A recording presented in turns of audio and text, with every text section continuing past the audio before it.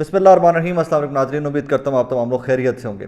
नाज़रीन, आज इस वीलॉग के अंदर दो चीज़ों पर मैं बात करना चाहूँगा। एक तो आज सहाफ़ियों का आलमी दिन और अरशद शरीफ शहीद की शहादत को लेकर उनको खिराज तहसीन पेश करने के लिए इस्लामाबाद में एक तकरीब का इनकाद किया गया था, जिसको देख के मुझे बड़ा दुख हो रहा था कि वहाँ पर जिन लोगों को मदऊ किया गया था बड़ा दुख हो रहा था मुझे उन पर, लेकिन वहाँ पर कुछ अच्छी चीज़ें भी हुई हैं which put smile on my face. और सेकेंडली इस वीलॉग के अंदर बात करते हैं इमरान खान साहब की ज़मानतें, इस्लामाबाद हाई कोर्ट के सख्त अहकामात और उनकी इंजरी को लेकर, और हमजा शहबाज साहब भी आज अदालत में पेश हुए हैं, वो भी थोड़ा सा मवाजना आपको दे देता हूँ।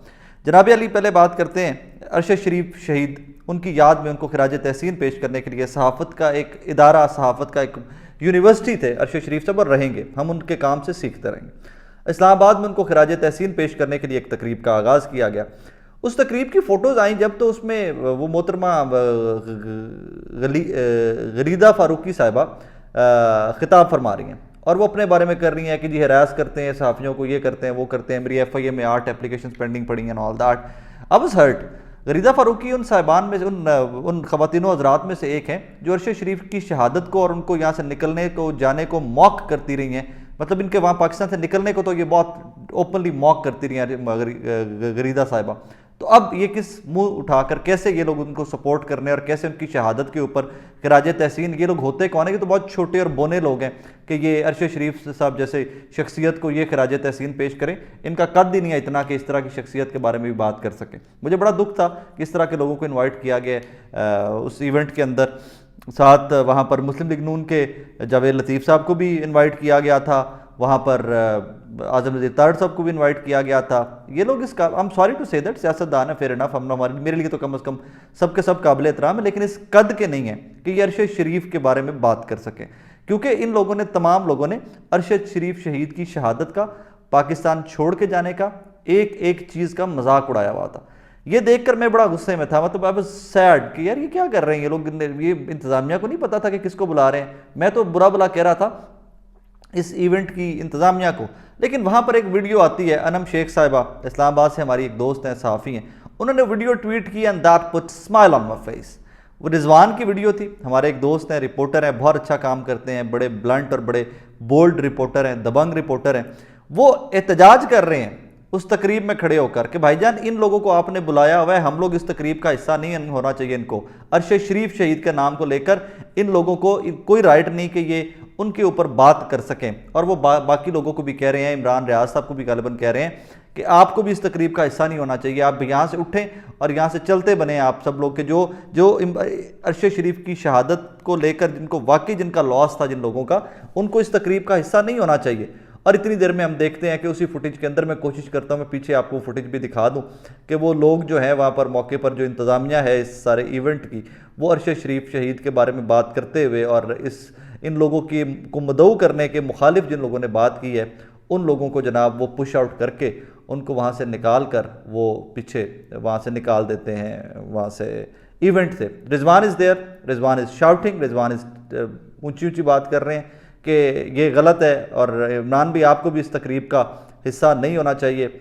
नाज़रीन, बात एक सादी सी है, अगर आप तब अरशद शरीफ शहीद का मजाक उड़ाते रहे जब वो पाकिस्तान छोड़ के गए, अगर तब आप उनके साथ खड़े नहीं हुए थे, अगर आप उनकी शहादत की डिफरेंट एंगल्स निकालते रहे टेलीविज़न के ऊपर बैठकर, अपने डिजिटल मीडिया के ऊपर, पहले तो आपके ऊपर ये, और उसके बाद आपको कोई हक नहीं पहुंचता कि आप आज अरशद शरीफ की शहादत को या अरशद शरीफ की सहाफ़त को खिराज तहसीन, तो क्या आप उसके बारे में बात भी कर सकें। उस बंदे का कद, उस बंदे का नाम भी इतना बड़ा है कि आप लोगों के छोटे और बोने मुंह से वो नाम जेब नहीं देता। कम से कम मैं तो उसके ऊपर प्रोटेस्ट करता हूँ, just like Rizwan, and that put smile on my face. I will be very honest, मुझे बड़ी खुशी हुई है कि ये कौन होते हैं ये लोग बात करें अरशद शरीफ के बारे में। आप इस काबिल नहीं हो भाई, आपका कद नहीं है इतना कि आप अरशद शरीफ के बारे में बात करो। सो आप उल्टा इस कौम के ऊपर, अरशद के चाहने वालों के, अरशद शरीफ शहीद के चाहने वालों के जख्मों के ऊपर नमक छिड़क रहे हो। So Rizwan, well done, I am proud of you. मुझे नहीं पता कि बाकी लोग इसके बारे में क्या कहेंगे, बदनज़मी हुई तकरीब में, ये हुआ वो नहीं हुआ, मन नहीं पता भाई। इस पे तेरी क्लब की मेंबरशिप भी कैंसिल करते हैं, कर देना, कुछ भी कर देना, कर देना। We are with you and I am actually 110% proud of you. You put smile on face of many like me, कि जो चाहते थे कि ये लोग वहाँ पर नहीं होने चाहिए थे, और आपने हम तमाम लोगों के चेहरे के ऊपर स्माइल पुटअप की है। So thank you very much Rizwan, God bless you. Second story नाजरीन, इस वीलॉग के अंदर इस्लामाबाद हाई कोर्ट आज बड़ी फ्यूरियस नज़र आई कि इमरान खान साहब पेश नहीं हुए, और उन्होंने कहा जी कि इमरान खान साहब, ब्रेक भी ली गई आज, एक 7-8 मुकदमे जिनमें दरखास्तों का वो जिनकी ज़मानत का मामला चल रहा है वहाँ पर, के जो ज़मानतें हुई हैं उनकी इमरान खान साहब की, तो वहाँ पर आज बड़े सख्त जज साहबान ने रिमार्क्स किए। उन्होंने कहा जी ये क्या तरीका है कि मजाक बनाया हुआ है आपने कि जब दिल करेगा आएंगे, जब दिल करेगा नहीं आएंगे एंड ऑल दैट। तो क्योंकि क्यों नहीं आए मैं उसकी तरफ, इमरान खान साहब क्यों नहीं जा सके उसकी तरफ भी मैं आता हूँ। तो अगर कल का टाइम दिया इमरान खान साहब को, अगर कल इमरान खान साहब इस्लामाबाद हाईकोर्ट में पेश नहीं होते तो तमाम ज़मानतों को मनसूख कंसीडर किया जाए, तसव्वुर किया जाए का लफ्ज़ है कि ऑटोमेटिकली उसमें कोई ज़रूरत भी नहीं है ऑर्डर देने की, वो ऑटोमेटिकली तमाम की तमाम ज़मानतें कैंसिल हो जाएंगी। सो आई थिंक हर हाल में इमरान खान साहब को कल पेश होना पड़ेगा। अब इमरान खान साहब पेश क्यों नहीं हुए, यह सवाल है। उसकी डिटेल हमने कल देख ली कि कल जब बहुत सारे तहरीक इंसाफ के वर्कर और इमरान खान के चाहने वाले कंसर्न थे कि इमरान खान साहब की टांग का वो जो वूंड, जो उनके कातलाना हमले के नतीजे में ज़ख्म आए थे उनको, उनके ऊपर कोई प्रेशर पड़ा है तो वो उनके वूंड्स जो हैं वो दोबारा से खुल गए हैं। वो मैं एक्सरे भी साथ लगाने की कोशिश करता हूँ कि आप लोग भी देख सकें कि एक बंदा ज़ख्मी है, क्रिटिकली ज़ख्मी है, जिसको डॉक्टर्स ने बेड रेस्ट रिकमेंड किया है।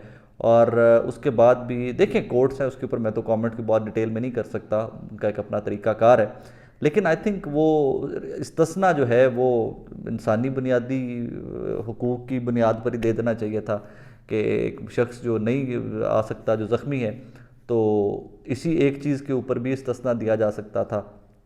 लेकिन हम तो सिर्फ अपनी ख्वाहिशात या वो कह सकते हैं ना कि अपनी ऑब्जर्वेशंस कन्वे कर सकते हैं, बाकी करना कराना तो कोर्ट्स ने है। मुझे ये पता है कि पिछले चंद दिनों से कोई एंड ऑफ द रमज़ान जब चल रहा था तो मेरे राइट पैर की एक बोन फ्रैक्चर हुई थी कुछ साल पहले, साल 1.5 साल 2 साल पहले, तो वो ठीक हो गई थी, जुड़ गई थी हड्डी।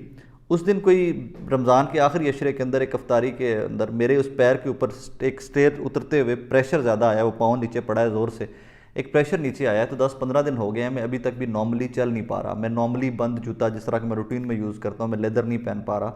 मैं बड़े वो क्या वो अजीब से जूते हैं उसके लिए, बड़े कंफर्टेबल से and all that, I can only wear that. मैं चल नहीं पा रहा ज़्यादा, कोई मैं इकट्ठा 200-300 मीटर चलूँ तो मुझे पेन स्टार्ट हो जाता है, मैं गाड़ी नहीं ज़्यादा चला पा रहा। और ये मेरा एक छोटी सी एक हेयर लाइन फ्रैक्चर था, उसके बाद अभी तक मेरी कॉम्प्लिकेशंस वहाँ की वहाँ हैं। तो मैं बैठा मैं सोच रहा था, यकीन माने अभी भी कल परसों भी रैली थी और मैं कवर नहीं ज़्यादा कर सका क्योंकि मैं चल नहीं सकता ज़्यादा, मुझे पेन और शदीद पेन स्टार्ट हो जाता है। तो मैं जब ये इस्लामाबाद हाई कोर्ट के रिमार्क्स आ रहे थे, जब उनके आ रहे थे अहकामात आ रहे थे, तो मैं बैठा सोच रहा था कि यार इमरान खान को तो गोलियाँ लगी हुई हैं, तो गोलियाँ लगी हुई बंदा, और फिर वो चले हो सकता है मेरी एज उनसे कम है तो मेरा रिकवरी रेट थोड़ा सा ज़्यादा हो, लेकिन वो तो एज भी वैसी है, दो कि फिजिकल फिटनेस वो हमसे कहीं ज़्यादा है खान साहब की, बट स्टिल वो बोन का वो एक्सरे भी आ गया और कोर्ट्स वहाँ पर परसिस्टेंट है कि जी खान साहब को कल आना पड़ेगा। बहरहाल बड़ा इम्तिहान है खान साहब का, लेकिन इसी तरह होता है, जमातें इसी तरह बनती हैं, लीडरान इसी तरह बनते हैं। और सबसे बड़ी बात ये कि जहाँ पर मुराद सईद की ज़िंदगी अब अनसेफ है, तहरीक इंसाफ के लीडरान जिनके बारे में रिपोर्ट्स आ रही हैं कि दे आर अनसेफ, वहाँ पर वो बंदा कितना गैर महफूज है कि जो साबिका वज़ीर-ए-आज़म पाकिस्तान है, जिसके ऊपर पहले कातलाना हमला हो चुका है और फ्यूरियस किस्म का कातलाना हमला हो चुका है, उसको बार बार यूँ अदालतों में बुलाना। ये वीडियो कॉल के ऊपर भी मेरी ज़ाती राय है, ये मुझे मतलब कानूनी मैं नहीं नुकात समझता, लेकिन लोग वीडियो लिंक्स के ऊपर अदालतों में पेश होते हैं। तो क्या साबिका वज़ीर-ए-आज़म जो सिक्योरिटी थ्रेट है, जिनको इतना बड़ा, जिनके ऊपर कातलाना हमला हो चुका हुआ है, क्या उनको इतना रिलीफ मिलना चाहिए या नहीं मिलना चाहिए? आप लोग क्या सोचते हैं? मुझे कमेंट्स में बताइएगा ज़रूर। अपना बहुत सारा ख्याल रखिएगा। आज के दिन स्पेशली अरशद शरीफ साहब को दुआ में बहुत याद रखिएगा, उनकी फैमिली को दुआ में याद रखिएगा, पाकिस्तान को दुआ में याद रखिएगा। एंड में मैं फिर वही कहूँगा कि हम नाजुक मोड़ से गुजर रहे हैं और नाजुक मोड़ जो है वो राउंड अबाउट है और वो ख़त्म ही नहीं हो रहा। 75 साल हो गए। अल्लाह हाफिज़।